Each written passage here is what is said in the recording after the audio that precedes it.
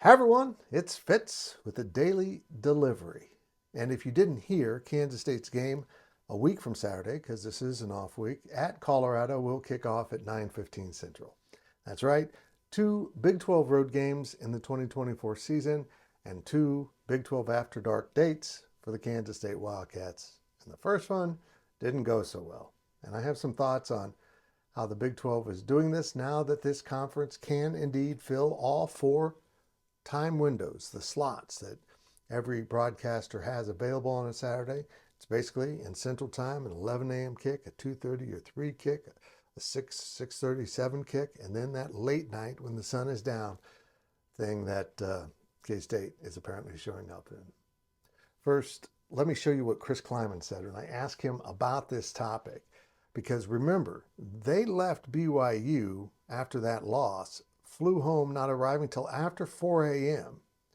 And then both BYU and Kansas State played the 11 a.m. game, the first slot the next week. Both won, so you can't say how big of a disadvantage it was. But trust me when I say this, West Virginia, the week after playing at Colorado in a late night game, will be a noon kickoff in Eastern Time. I don't see any other way. We'll see how it pans out, but here's what Chris Kleiman said about the situation. Both you and BYU play the 11 a.m. slots this week after a late game. Next week you play another late game with a road game. Would you like to see the Big 12 try to accommodate with a non-early kick on that game? You would like to. I don't think we have any control over that, but that's something I think as coaches we need to at least express and see. It's still all about the well-being of the student athlete, and can they bounce back like that? And it's harder when we're going to have Colorado. I don't know how long of a flight it is, but Morgantown's our longest flight of the year the next week, and that's obviously a challenge. You control what you can control, and I don't control any of that stuff. So we've got to just enjoy this off week and get some work done, and then get ready to go back to work. After he spoke, I kind of thought this is going to become a norm.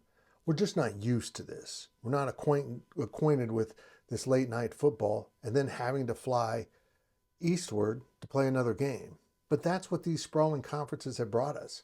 And while it's not ideal, I think it's pretty cool now that the Big 12 can fill both of those time slots, the early and the late. And even if K-State has to play them, you just go play your game. It's not like the other team isn't going to go through similar things. Because to be honest, West Virginia, UCF, Cincinnati going west is much more traumatic than anything K-State will have to offer. I hope they don't make those teams go west and play a late night game, but we'll see what the Big 12 sorts out because it's really not up to the conference. It's in the hands of the networks, and ESPN and Fox rotate who has the first draft pick every week, and then they go. And as Chris Kleiman said, the good news is K-State keeps getting picked early and put into really good windows. Being the late night game on ESPN is awesome. I think the Friday night Fox time slot is awesome. And that if that's how this is going to shake out, then K-State needs to take advantage of it. But what they could really do, that would be best, is not play stinky in that window. Not go and just be awful like they were at BYU. Make a statement, win in that window, come home, and go win at West Virginia. Be that team that goes about its business, home and away, and just takes care of business.